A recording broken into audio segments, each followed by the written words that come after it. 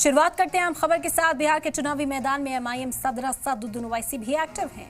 गयाजी के Chakand high school में असदुद्दीन ओवैसी ने चुनावी सभा को खिताब किया और लोगों से पार्टी के उम्मीदवारों के लिए वोट देने की अपील करते हुए कहा कि जो लोग हमारे वोट हासिल कर हमारा एक्सप्लॉयटेशन करते हैं उसको रोकना पड़ेगा। ओवैसी ने कहा कि बिहार में 15 साल लालू यादव के परिवार ने और 15 साल नीतीश कुमार ने हुकूमत की है, लेकिन जनता को कुछ भी नहीं मिला।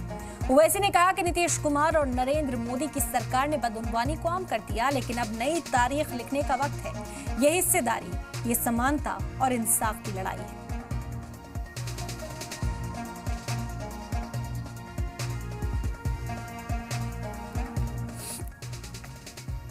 पिछले 5 साल से मोदी और नीतीश कुमार की सरकार ने भ्रष्टाचार को आम कर दिया।